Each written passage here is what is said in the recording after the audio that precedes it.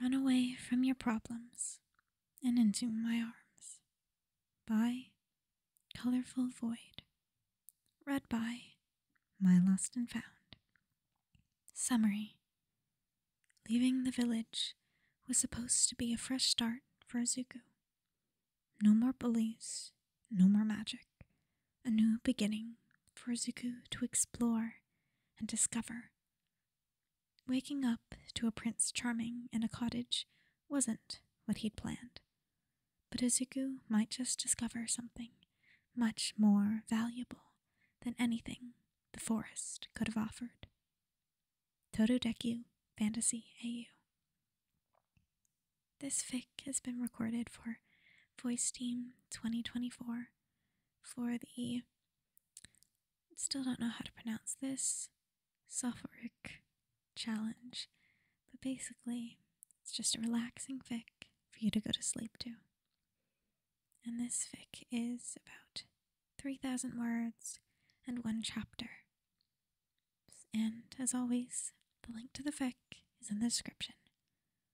On with the story. Once upon a time, a race of magic users lived in a kingdom called Karafura. The people living in Karafura are born with magic quirks, granting them extraordinary abilities. Not everyone in the land had a quirk, though. As a matter of fact, it was guessed that 20% of the population could perform no magic at all. The kingdom of Karafura wasn't the most pleasant one. For years, it had been a peaceful land under the merciful rule of King Toshinori. However, after a tiresome battle with a nearby ruler, he had been forced to step down. He had won the battle, but lost the use of his magic in the process. The crown had gone to the next most powerful magic user in the kingdom, a fiery man named Enji. He was foul-tempered and rude, seeing those without magic as useless. Under his rule, the kingdom had faced worse prejudices against non-magic users and had been subject to even more wars. However, Izuku had more important things to worry about right now, like that fist aiming directly for his nose, or that fireball soaring past him and grazing his cheek. This was the punishment for those without quirks. Being bullied was nothing new for Izuku. It was simply the nature of being born without magic. Magic made people useful, made them strong. It made them normal. But not Izuku. Useless Izuku. Weak Izuku. What a freak he was. So it was really only natural that people felt the need to bully him. Though it was a cruel kind of irony that the majority of the injuries they inflicted upon him were the product of their quirks. "Aw, come on, Deku," someone taunted. "Why don't you just defend yourself? Cast a spell on us, and we'll leave you alone." Physical pain wasn't enough. They had to pierce him with hateful words and harsh realities. "Why do you even hang around here?" Another voice called. "You're a disgrace to the rest of us." He turned his attention to the insult, missing the incoming swing from the boy in front of him. A strong punch connected with his stomach, sending Izuku to his knees. "Stop," Izuku croaked out weakly. "Stop it." He meant to sound more commanding, but he ended up sounding helpless, on the verge of tears. "Aww," the faceless voices taunted. "Are you gonna cry?" Izuku gritted his teeth and bit his tongue.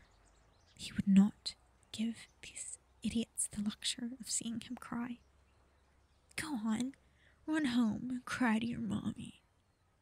They didn't usually go this far. It was no secret that Izuku's mother was no more. No one knew what happened to her. Izuku didn't look into it. The truth was painful, and he'd rather not dwell on things he couldn't change. Oh, wait. She skipped out on you, didn't she? Bet she didn't want a worthless failure like you around. She didn't leave him. She was taken from him. She was killed.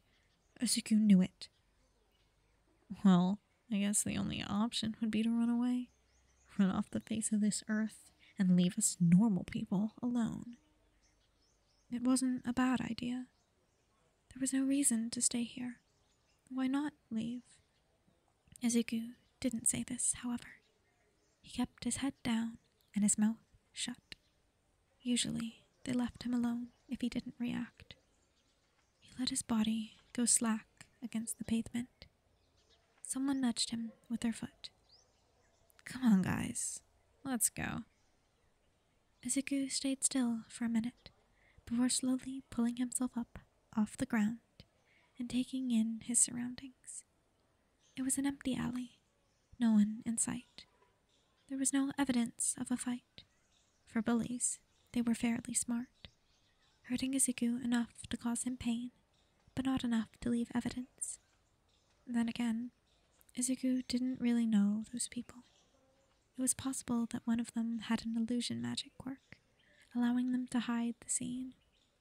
Not that it mattered. Under King Enji's rule, non-magic users were treated a slight better than dirt. Even if he did try and speak up, no one would care. And if they did, they wouldn't be able to do anything anyway. Maybe I should run away, Izuku thought. He didn't usually let their words get to him, but they had sparked an idea inside of him. I could go through the woods. Maybe there's something on the other side. Izuku nodded as he thought. Why didn't he just head for the woods? Wolves. That's why you didn't go into the woods. Because the woods were filled with vicious, angry wolves. Wolves that, if you came across them, would chase you. It really was unfortunate that this thought had slipped Izuku's mind until he was running away from these wolves as fast as he could. The wood on the edge of Karafura was teeming with life. They boasted many varieties of trees and animals, and the majority of the area was covered with vines. Typically, Izuku would enjoy such a diverse environment, but when he was running for his life, not so much. Izuku squinted in the darkness. Small flashes of dim lighting passed over his body through the gaps in the dense tree cover. The leaves almost entirely blocked out the sun, and night was falling quickly. Roots tangled among the earth, weaving themselves into the dirt and making Izuku stumble. Low-hanging leaves brushed against his skin, sending unpleasant shivers down his spine. He cursed himself, raising his arms to shield himself from the branches smacking from his every side. This was a horrible idea. What on earth were you thinking, Izuku? God, you really are useless. He was so in his head that he didn't realize just how dense the woods were becoming. He didn't even think about how dark the trees had become, how easily they blended in with the pitch-black surroundings. Until he collided head first with a thick branch, sending him tumbling to the ground. As he lay there in pain, the world began to slip away. At least I won't bother anyone anymore. The world went dark. Izuku was adrift, lying on a cloud. His brain was full of cotton, eyes heavy and shut. He blinked slowly, his vision blurred in a slur of orange light. Izuku raised a hand to his eyes, rubbing away sleep from the previous night. His vision was still fuzzy, as he tried to piece together the events that had led up to this. He had run. They had been teasing him again, and so he'd gone to the forest to escape. And then that branch. Izuku reached for his head, gingerly feeling for any blood or scrapes.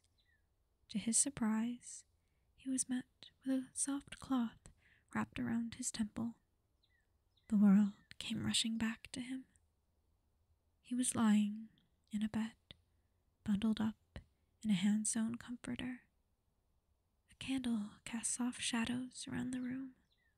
The blinds were drawn, and Izuku couldn't tell what time it was. The room itself was rather small, with the majority of the space being taken up by the bed. Across the room was an empty door frame, leading into what appeared to be a kitchen. Every other wall in the tiny room was covered in shelving.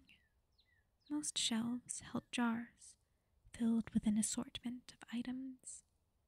There was also quite a few books, some unlit candles, and some miscellaneous fabrics strewn about. Izuku groaned and rolled over as thoughts began to swirl in his head. How had he ended up here? He thought for sure he'd been done for. Had he been kidnapped? Oh God, he'd been kidnapped, hadn't he? Oh no, he clearly couldn't run away like this. And besides, where would he go? Saved from a death in the woods only to be kidnapped. What a trade-off.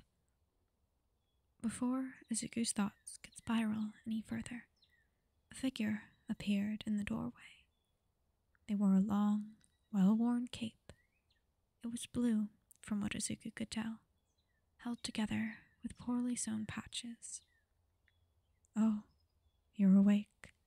How are you feeling? A concerned, masculine voice asked. He stepped into the light, and Izuku's jaw dropped.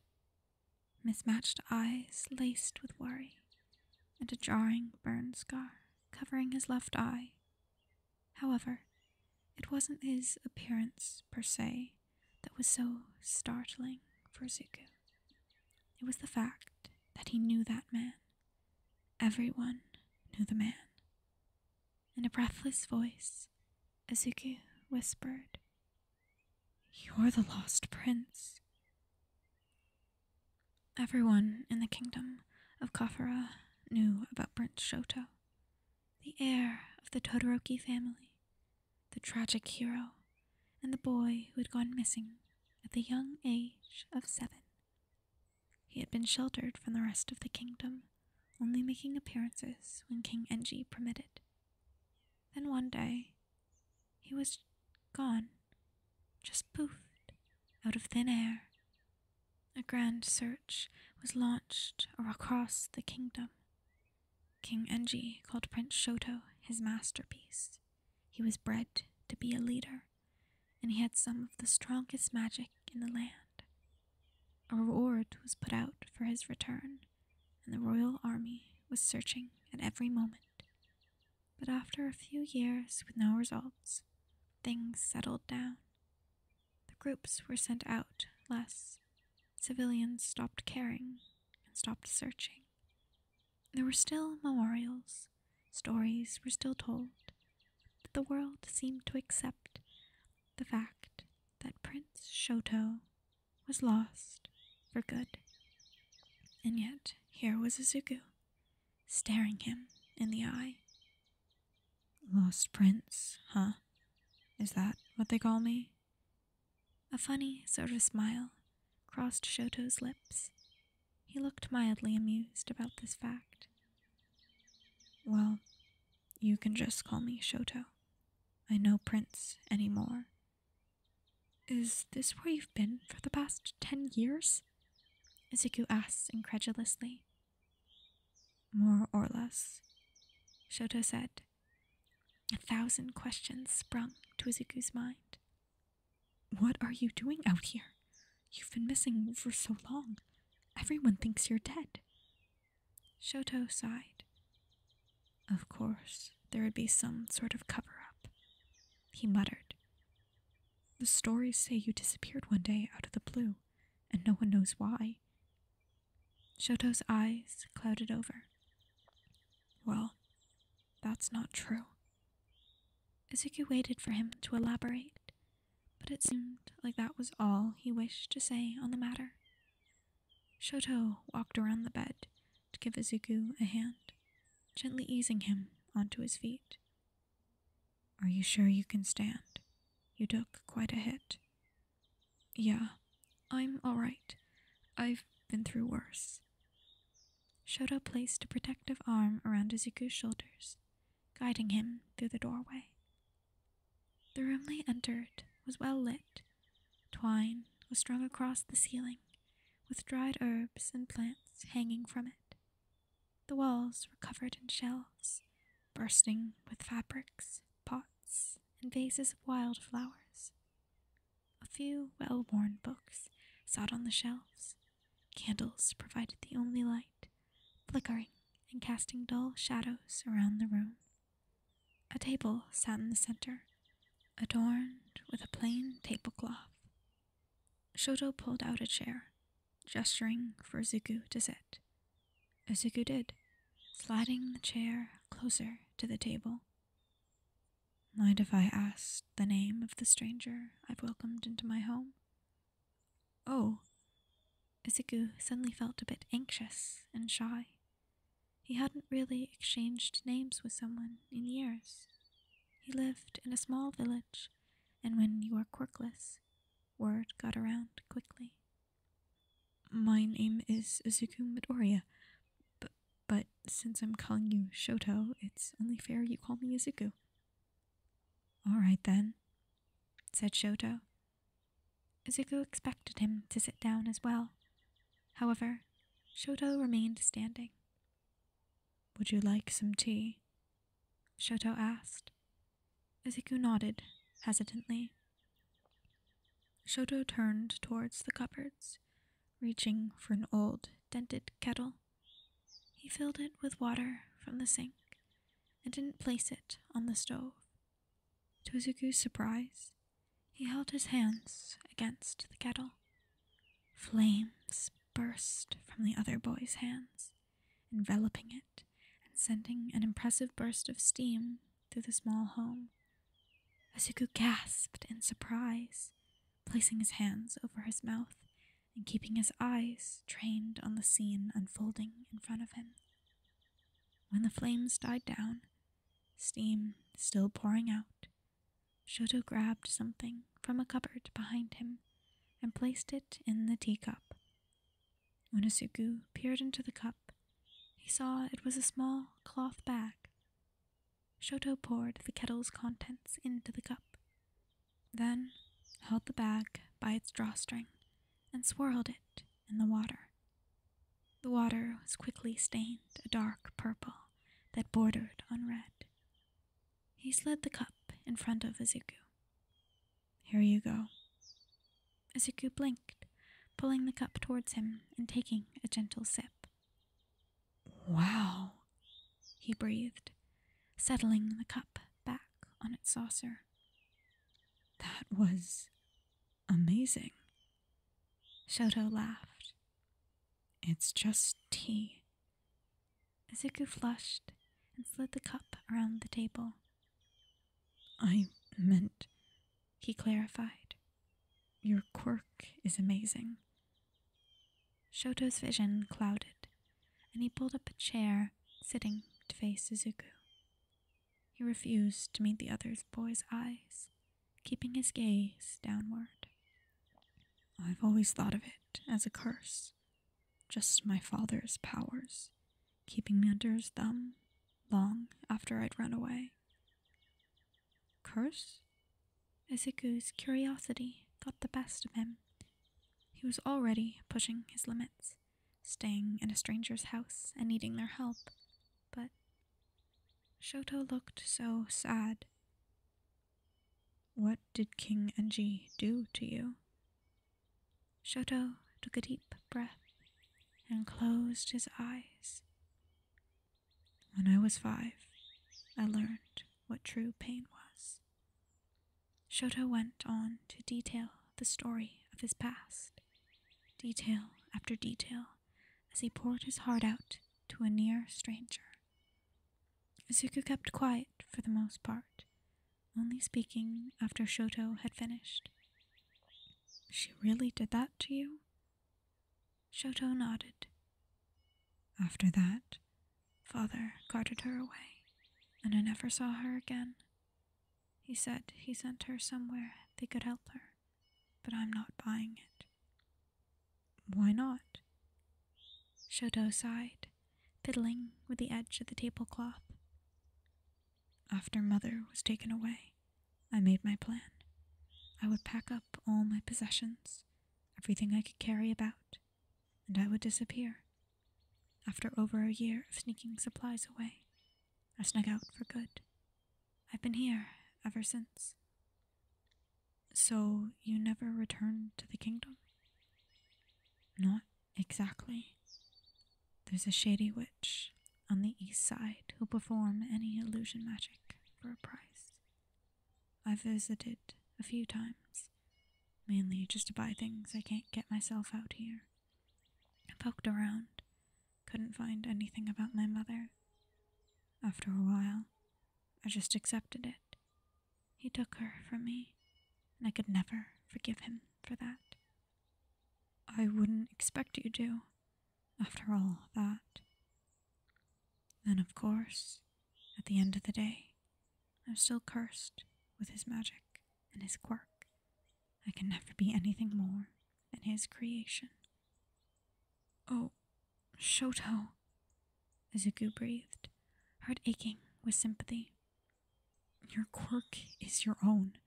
It's up to you to choose what to create. Shouto just stared at him. He blinked once, twice, and slowly, a few tears began to dot the edges of his eyes. Izuku continued. He can't hurt you anymore. You can be better than him. You can be stronger than him, as long as you use your fire for good. He gestured to the cup in front of him. For tea and fireplaces and candles. You've already beaten him. You've done more than he ever could. And the tears rolled down Shouto's cheeks as he broke out in a wide smile. Thank you, Izuku, he whispered. Izuku stood up, walking around the table with his arms outstretched. He cocked his head to the side, asking without using words. Shouto nodded, tears still streaming softly down his face. He stood up and walked to meet Izuku in a hug. The two wrapped their arms around each other in a tight embrace, and Shouto cried into Izuku's shoulder. They stood like that for a long time before pulling apart, remaining within arm's length. I wish I'd had someone to tell me that sooner, Shouto said, wiping his eyes with the back of his hand. I could have saved myself so much pain. Weren't you lonely out here? Izuku asked. Every day, admitted Shouto. Izuku took a deep breath as he began his next sentence. Well, what if you weren't alone? Shouto shook his head sadly. I can't go back. I'd be forced into an arranged marriage, forced to lead the country back under the iron rule of my father. I just couldn't do that. Izuku waved his hands in a side-to-side motion and clarified. No, I get that. I don't think I could go back either. Shouto's breath hitched.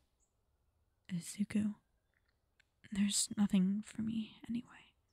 There's a reason I ran into these woods. He gave Shouto a pointed look, and suddenly he understood. If it's okay with you, then... Shouto began carefully, picking up Izuku's hand. I would love for you to stay with me forever. Forever. If you ever find yourself lost in the woods in need of help, you might just stumble upon a cottage. You'll be welcomed inside and come face to face with two people. A man who can create fire and ice wrapped in a dark blue cloak, and a man with no magic and a wide smile. They'll patch you up, talk with you, and send you on your way. If you ask them what they're doing there, they'll share a smile and answer in unison. Sometimes you have to run away from your problems to solve them. And that's all for this fic. I hope this was long enough for you to get relaxed and drift off. But if you're still around with me, if you liked this fic, why don't you go into the description and leave a kudos for the author, and maybe even comment if you can. But that's all for this time. I hope you guys enjoyed, and I will see you next time. Bye.